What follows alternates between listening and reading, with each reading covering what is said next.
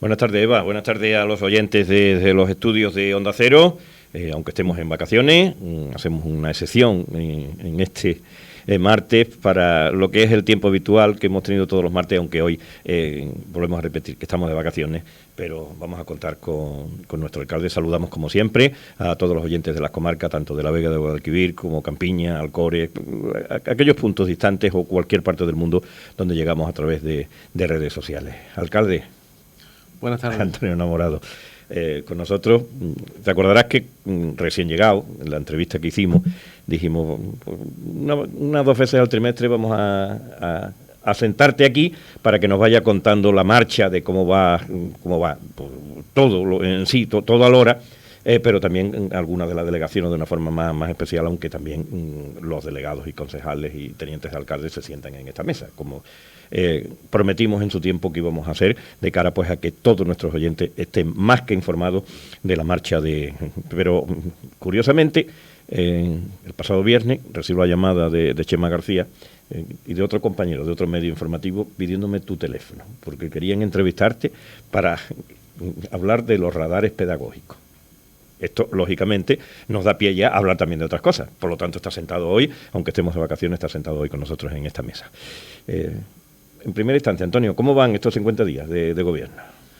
Pues van tal como dijimos también en su momento en la primera entrevista que hicimos con Onda Cero la noche electoral, cuando me preguntaste qué iba a ser lo primero que íbamos a hacer, pues organizando la casa. Estamos organizando la casa porque para edificar un gran proyecto de ciudad hay que empezar organizándolo pues de la propia institución, organizar la institución, hacerla funcional, es darle también la oportunidad a todos los vecinos de tener respuestas. Entonces es lo que estamos haciendo durante estos casi 50 días de gobierno que llevamos.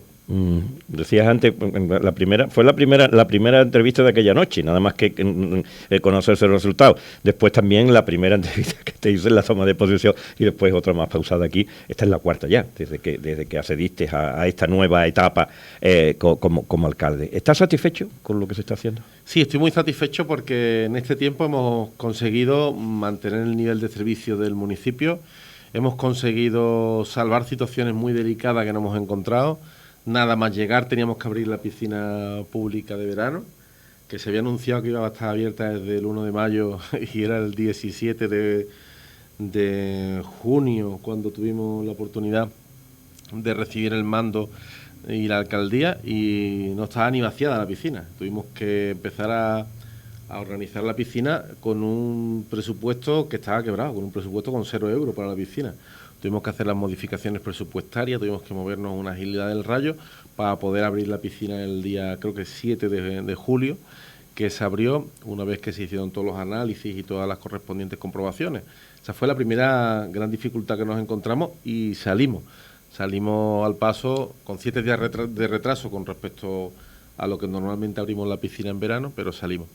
Y lo siguiente que hemos conseguido salir ha sido de salvar una situación de encontrarnos un presupuesto pues quebrado, un presupuesto municipal quebrado, donde no había dinero ni para pagar la nómina de los trabajadores en los meses de noviembre y diciembre.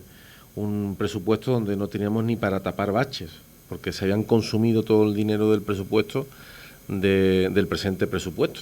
Y eso también lo hemos conseguido salvar con esa gestión que hemos hecho de modificación de crédito, cogiendo dinero del dinero ahorrado que teníamos en el ayuntamiento y metiéndolo dentro del presupuesto. Porque eso es la gran pregunta que tiene la ciudadanía. Es decir, ¿cómo que decís que no hay dinero pero ahora resulta que hay?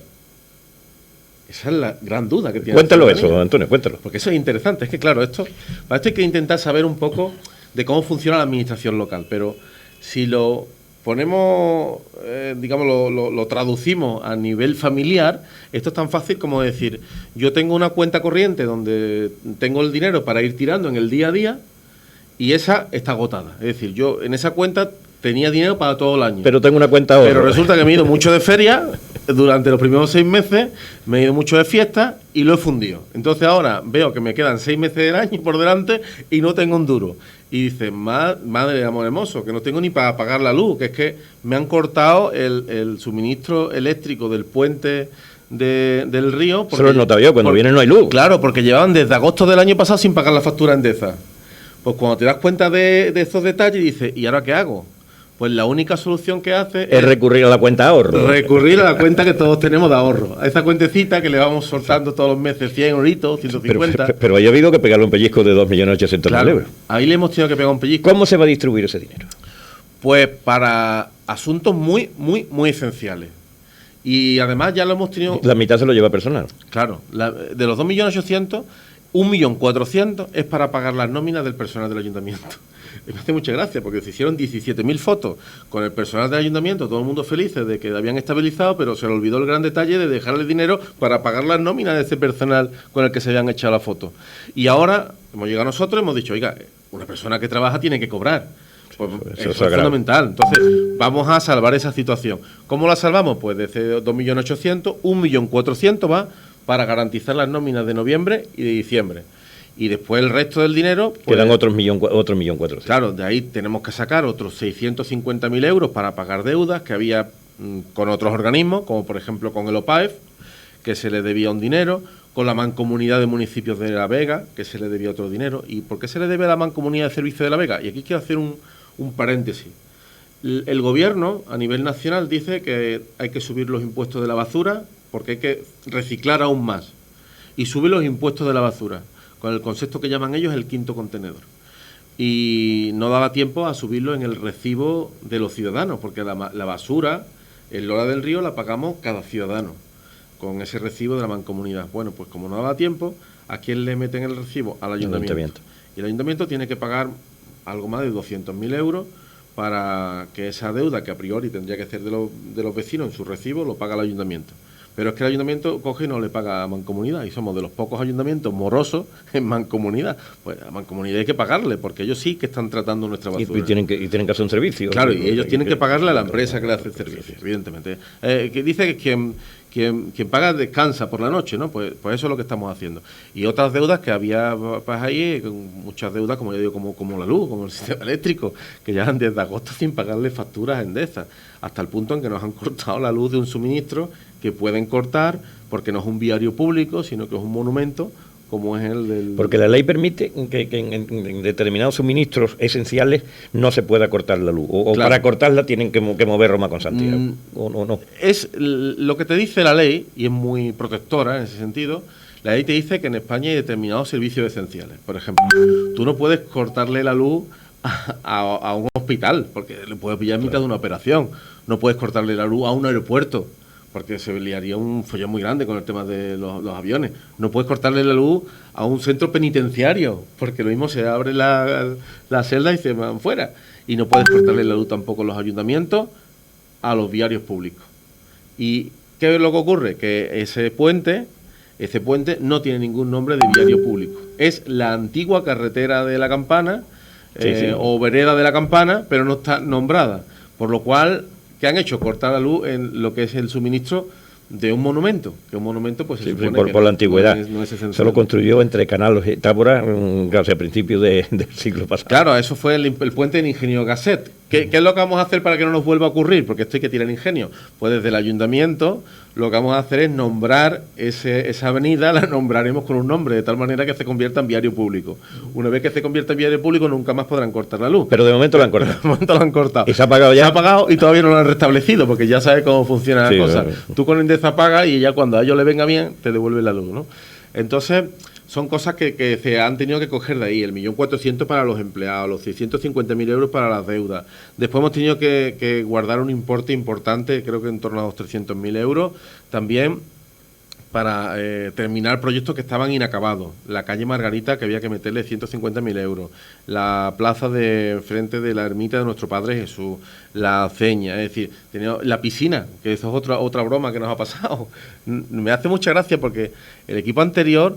se ha jactado públicamente de decir, es que abristeis la piscina sin los permisos, nos denunciaron, nos llevaron a Fiscalía, la Fiscalía le ha archivado el asunto, es decir, no le ha dado la razón. Y ahora resulta que ellos que escupieron para arriba, le acaba cayendo, porque abren la piscina sin tener el permiso de los inspectores de sanidad.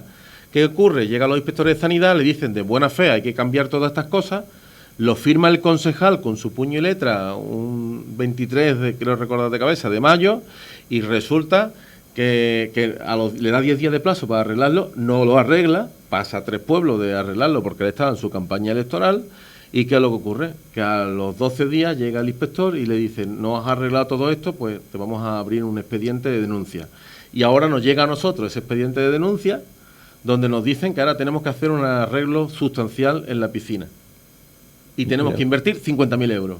Una vez abierta ya. Una vez abierta. Es decir, los que dijeron que ella no estaba abierta fueron ellos los que precisamente la abrieron sin los papeles. Y ahora nos tocan las consecuencias. Pues no pasa nada, es decir, para eso estamos. En la política hemos venido no para llorar ni para contar nuestros problemas. Para solventar el problema del ciudadano. Y los vecinos, pues le tenemos que explicar que solventar ese problema nos va a costar 50.000 euros y que lo vamos a coger del ahorro. Y me hace mucha gracia porque estos partidos de izquierda me decían a mí que qué hacía un gestor de derecha ahorrando dinero, que el dinero no tiene que estar en el banco, el dinero tiene que estar en la calle. No, el dinero también hay que meterlo en esa cuentecita. Para estos casos, ¿no? Ya tuvimos que tirar, en la época del COVID tuvimos que tirar de esa cuentecita. En la época dura del COVID tuvimos que sacar también 2 millones y pico de euros de esa cuentecita de ahorro para inyectárselo a la ciudadanía. Ahora volvemos a coger dinero para volver a inyectar y solucionar los problemas más evidentes, pero tendremos que seguir tirando porque probablemente si la sequía sigue su ritmo y su predicción a partir de octubre, tendremos que tirar también para reactivar la economía en un pueblo que vive precisamente de la agricultura. Pero eso ya se ha hecho ahora. ¿Se ha destinado también un dinero? Sí, ya se ha destinado un dinero, en concreto 160.000 euros, para el plan de empleo de servicios sociales. Nosotros ¿Ese dinero de quién va destinado? Ese va destinado a las familias más desfavorecidas del municipio. Han tenido la oportunidad de presentarse en servicios sociales, a la bolsa del PES, que se llama, de presentarse, ahí se presenta todo el que quiere, tiene que cumplir unos requisitos, evidentemente está en una situación de riesgo social o estar en riesgo social, y la persona más desfavorecida sale la primera, la menos sale la última, y de ahí vamos tirando. ¿Qué ocurre? Que al aumentar también el salario de los peones del ayuntamiento, nosotros tratamos a todos por igual. Nosotros, si le pagamos a un peón, por ejemplo, de servicios generales, le pagamos X, a un señor que viene de un plan de empleo, le pagamos el mismo salario. Sí, claro. El mismo salario. En otros ayuntamientos no hacen eso. En otros ayuntamientos le pagan el salario mínimo para poder dar cobertura al mayor número de personas posible. Nosotros no. Nosotros creemos que si los dos trabajan por igual, los dos cobran por igual. Es nuestro criterio de justicia. Y eso, al aumentarle el salario a los trabajadores municipales, se le aumenta también a las personas que entran en el PES. Por eso había menos contrataciones para hacer en el PES. Y lo que hemos hecho es inyectarle 165.000 euros más para que podamos seguir tirando de esa dinero propio del ayuntamiento. Dinero propio del ayuntamiento. Al que venía ya. Y es una medida compensatoria porque sabemos que muchas de estas personas, en esta época en la que este año no está viendo poda de naranjo, no está quitando chupones, no está viendo trabajo en el campo porque la sequía está haciendo que los árboles no tiren, y de esa manera pretendemos compensar de alguna manera esa pérdida de jornales en el campo. Por eso es muy importante esa apuesta que está haciendo el ayuntamiento de esa inversión de 165.000 euros que vamos a destinar para un plan de empleo en época de sequía. Estamos hablando de ese dinero del que se ha destinado, de las cantidades que vienen y que se están empleando. Nos queda algo más por ahí, ¿no? Bueno, nos pueden quedar muchas cosas. La verdad que hemos querido invertir en todas las cuestiones que son justamente necesarias para el ayuntamiento. Es decir, nosotros hemos dejado incluso una pequeña bolsa de creo que en torno a 185.000 euros para acabar el año, pero de la forma más estricta posible. Es decir, sabemos que tenemos que acometer el arreglo del bacheado, pues hemos metido una partida para el bacheado, tenemos que cambiar luces, hemos metido un poquito, muy poco dinero para acabar el año como se pueda. Y lo que nos hemos puesto ya es a trabajar sobre el presupuesto del año 2024. Eso ahora lo veremos dentro de un ratito. Ahora viene también la fiesta. ¿También ahí se destina algo? El presupuesto que nosotros tenemos es muy, muy austero. Es muy austero porque si nos sobra dinero, nos sobraría para fiestas, pero no nos sobra. Entonces, Todos los loreños tienen que entender que estamos teniendo un presupuesto muy austero. Yo le tengo que dar las gracias a todas las entidades que lo están entendiendo. Los pregones de aquí de Lora que se organizan a través de los diferentes gremios han entendido también las dificultades que tenemos en estos momentos y todo el mundo se está sensibilizando con su pueblo, entendiendo de que no existen los medios que normalmente tendríamos si tuviéramos el presupuesto recargado como podríamos tener en años anteriores. Pero la situación que nos hemos encontrado es una situación muy complicada y lo que estamos haciendo es intentar ser lo más austero posible para salvar el barco. ¿De cuánto era el presupuesto de este año? Bueno, el presupuesto de este año es que no ha sido aprobado. Ese es el gran engaño que tiene todo esto. Es decir, desde el antiguo alcalde y el concejal de Hacienda, ellos se han jactado de decir, llegamos al ayuntamiento y en un mes sacamos el presupuesto. Se le olvida dar el pequeño detalle. El presupuesto que aprobaron fue el que yo hice. Ellos no tuvieron que ponerse a hacer un presupuesto. Ellos utilizaron mi presupuesto, el que ya se estaba negociado con ellos y todo con ellos, porque se intentó salvar la situación para aprobar el presupuesto negociándolo con ellos. Y ese era el presupuesto que sacaron adelante. ¿Era de cuánto? El presupuesto, creo recordar, que era de 14 millones de euros. Uh-huh. Entonces, evidentemente, nosotros no tuvimos que hacer otra cosa que abstenernos en aquel presupuesto porque era un presupuesto que era nuestro. Pero... ¿Y ese presupuesto se ha gastado en estos primeros 6 meses? No, ahora te voy a explicar cómo funciona. Entonces, ellos dicen, en 20 y tantos días sacamos el presupuesto adelante. Bueno, ¿y por qué en 11 meses que te quedaban para gobernar no sacaste el del 2023? Pues muy fácil. Es muy sencillo, lo vas a entender.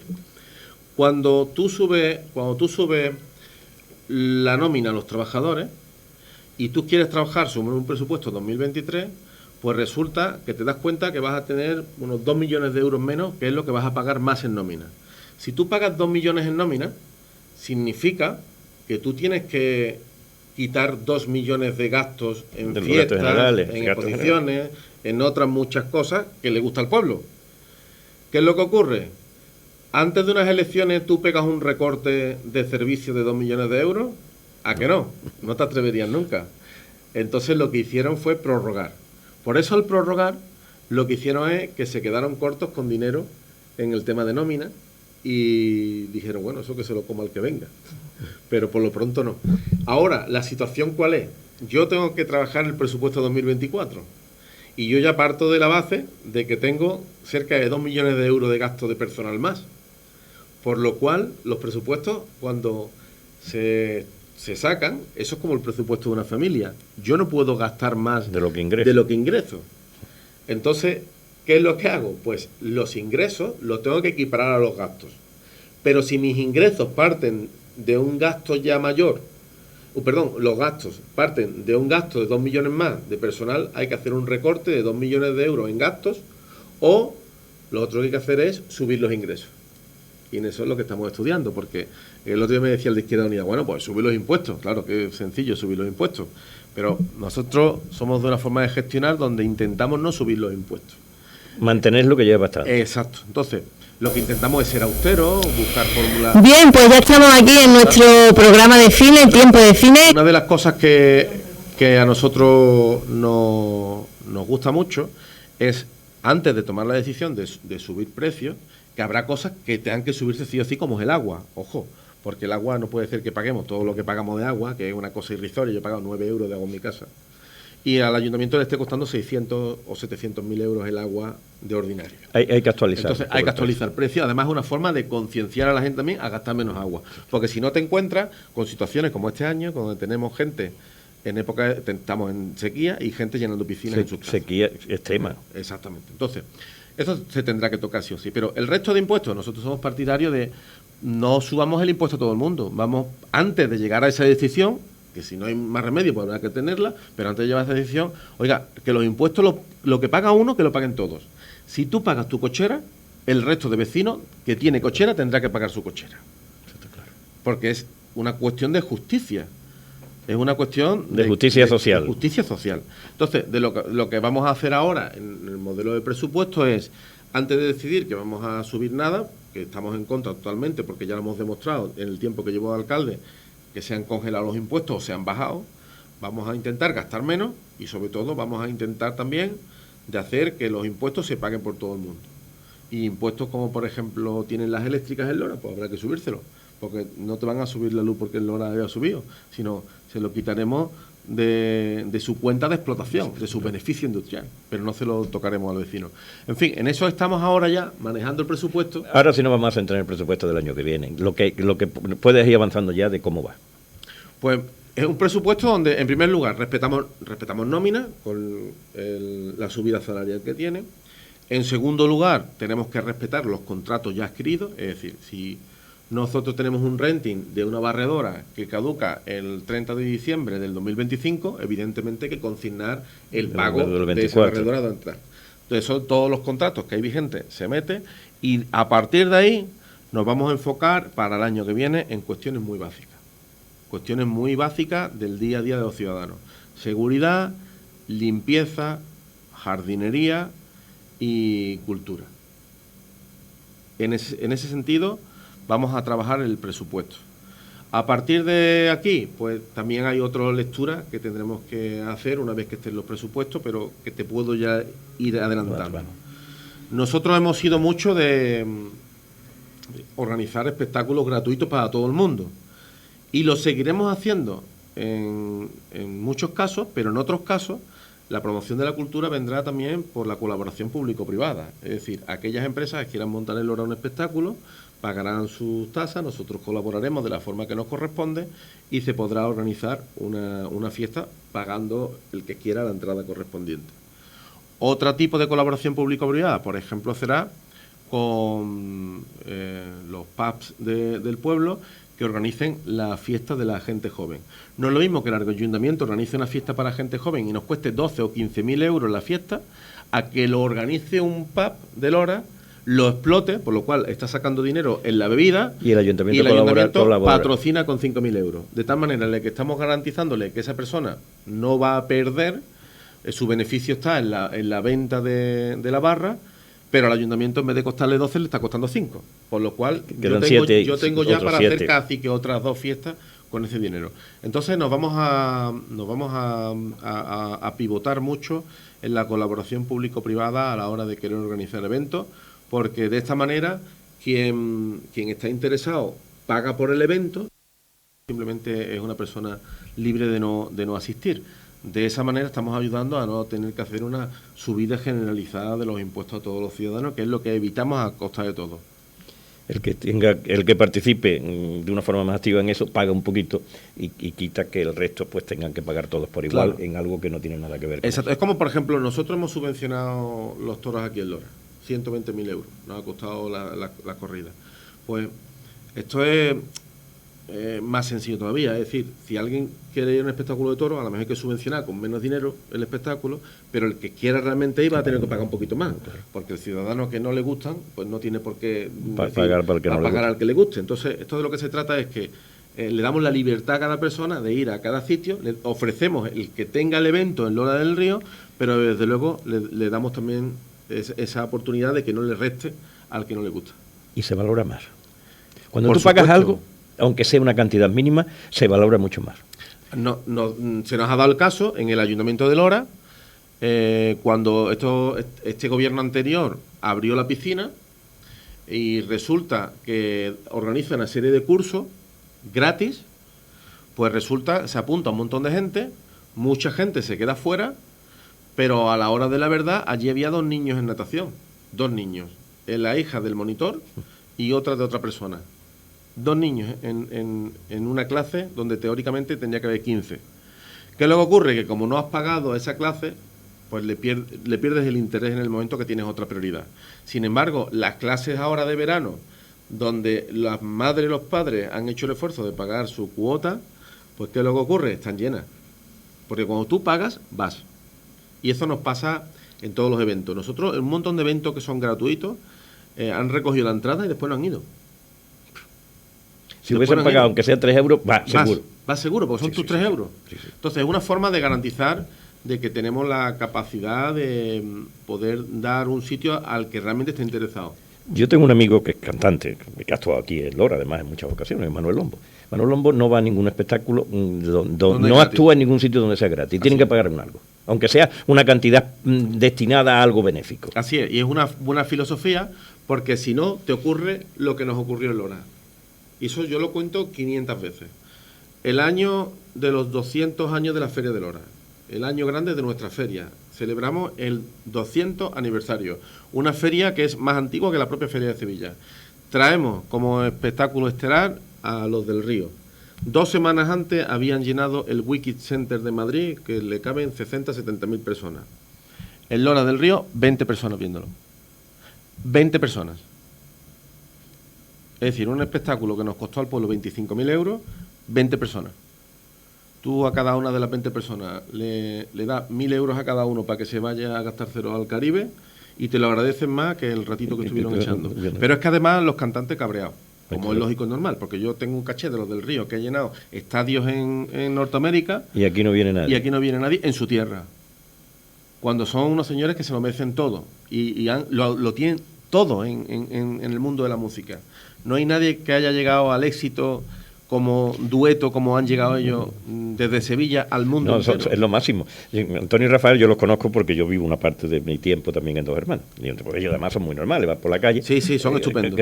Me acuerdo que cuando hicimos este año el Congreso Nacional, este año pasado, de la prensa deportiva, fueron la atracción, más que deportistas de élite que estaban allí, porque lo invitó el alcalde y estaban presentes, y fueron las estrellas de todas las estrellas. Todo el mundo quería hacerse fotos con lo del Río. Así. Entonces, ya te digo que cuando una cosa no vale dinero, no se valora. Pero tú sacas el cartel y le pones 20 euros, la gente hubiera pagado por esa entrada de 20 euros, un precio asequible para que todo el mundo pueda pagarlo, porque la cultura tiene que ser asequible.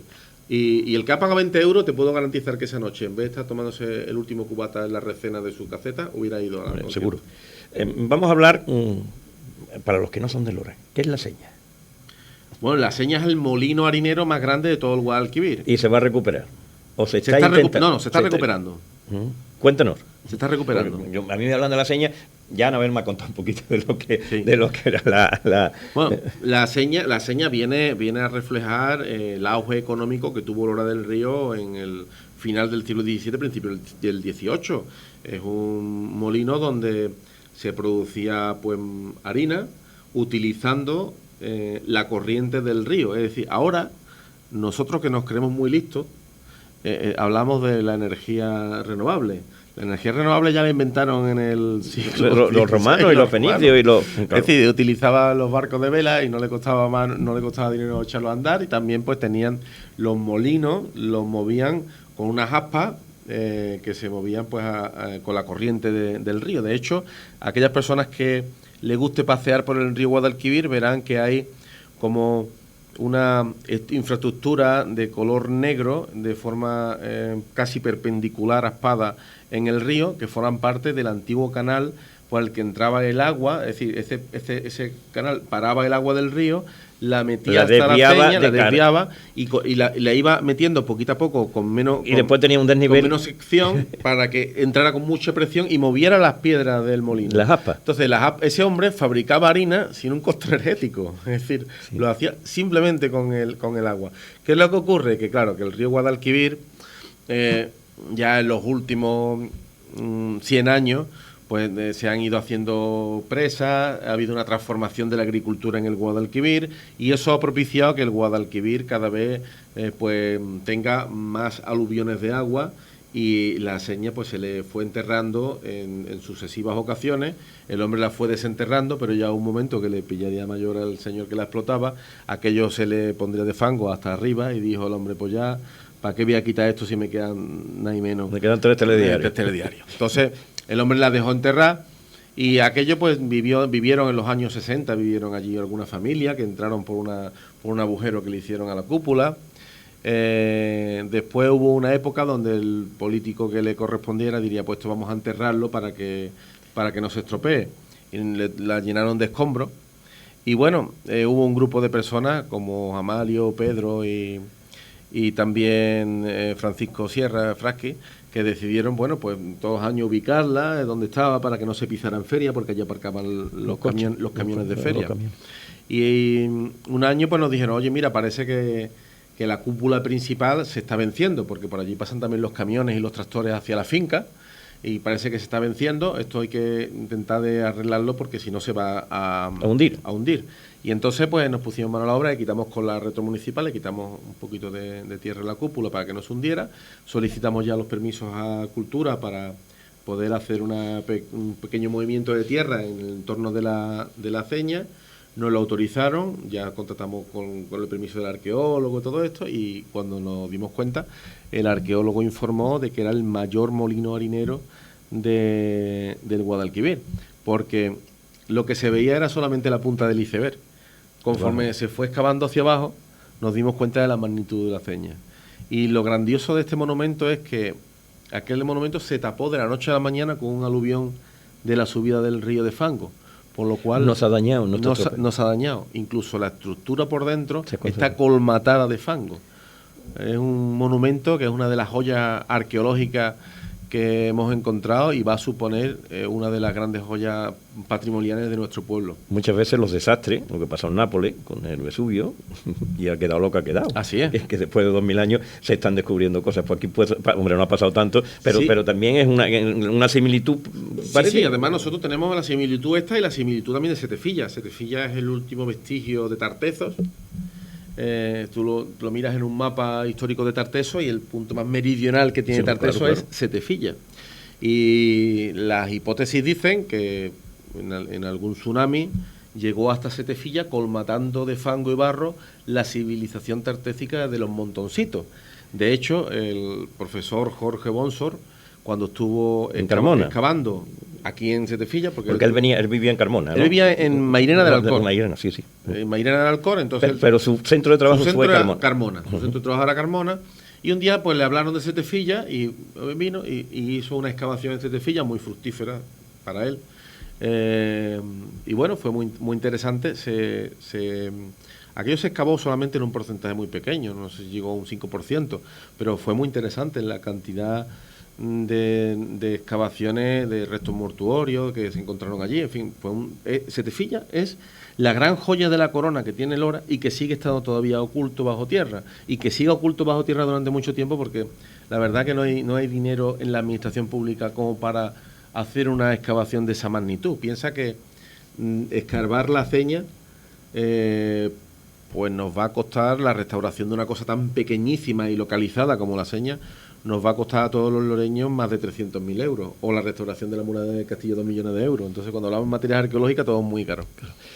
Lo que decías de Tarteso, el profesor de la Mata Carriasa, que es uno de los expertos en cultura tartésica, que la sitúa el inicio en Trebujena, como tú dices, lo termina en la parte más oriental, que es aquí ya en el santuario de la Virgen. La joya de la entrevista lo dejo para el final. Te has convertido, todo el mundo le teme a los radares. Un radar. Sin embargo, en Lora, los radares son pedagógicos. Cuenta eso. Sí, bueno, eso es una idea que parte hace aproximadamente unos 8 años, cuando, principio de mi legislatura, decidimos de poner radares pedagógicos que fueran informando a la llegada del vehículo a un colegio, que fueran informando de la velocidad. Y le ponía una cara sonriente o no, dependiendo si iba o no iba rápido.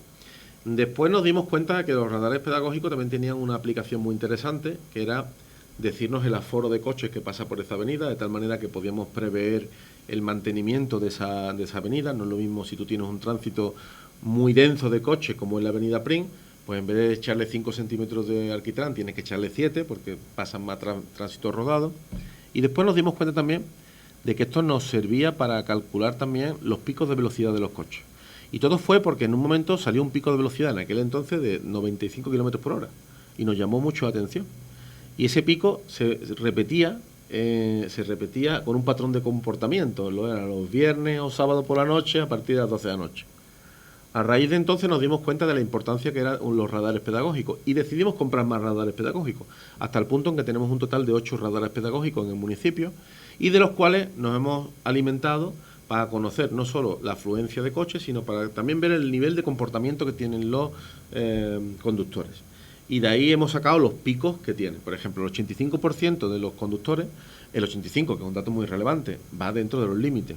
Después tienes un 12% de los conductores que van fuera del límite, pero con un despiste, lo que yo llamo un despiste, entre los 30 y los 50 kilómetros por hora, porque todavía mucha gente también nos ha enterado de que La ha pasado limitación de de 50 a 30. 30.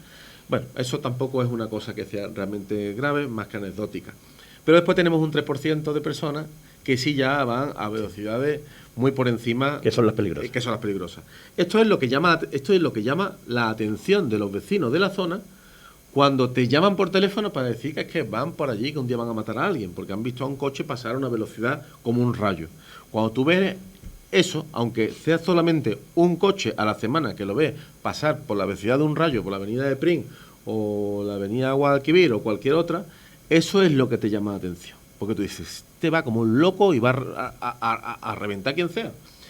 Y entonces, evidentemente, los vecinos se ponen en contacto con su alcalde o con su concejal, pero a mí me llegan muchísimas de estas quejas y nos ponemos mano a la obra para poner un plan.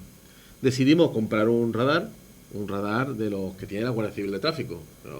No compramos un juguetito cualquiera, compramos un radar que nos costó, creo recordar así de cabeza, como unos 15 o 20.000 euros.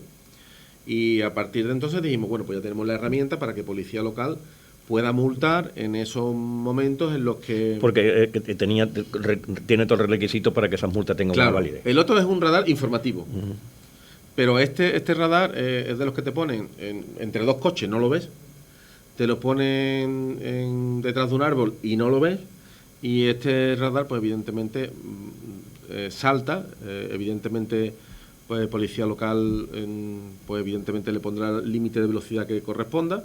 Y salta y evidentemente denuncia, porque de lo que se trata es que no paguemos justo por pecadores, porque para un alcalde lo más fácil es poner los bachecitos, eso que ponen, que es lo que los vecinos te dicen, ponga usted bachecitos. Pero si ponemos los bachecitos, los vecinos no descansan por la noche porque hace ruido. Los coches se deterioran. Y los coches de todos los vecinos se deterioran, con indiferencia de si tú vas a 30 o yo voy a 90. Por lo cual, lo que buscamos no es que paguen justo por pecadores, sino que paguen solamente aquellos que le aprietan al acelerador que por encima de la media. infringen la norma. Eso es. Antonio, hemos llegado al final. Hemos agotado 34, 35.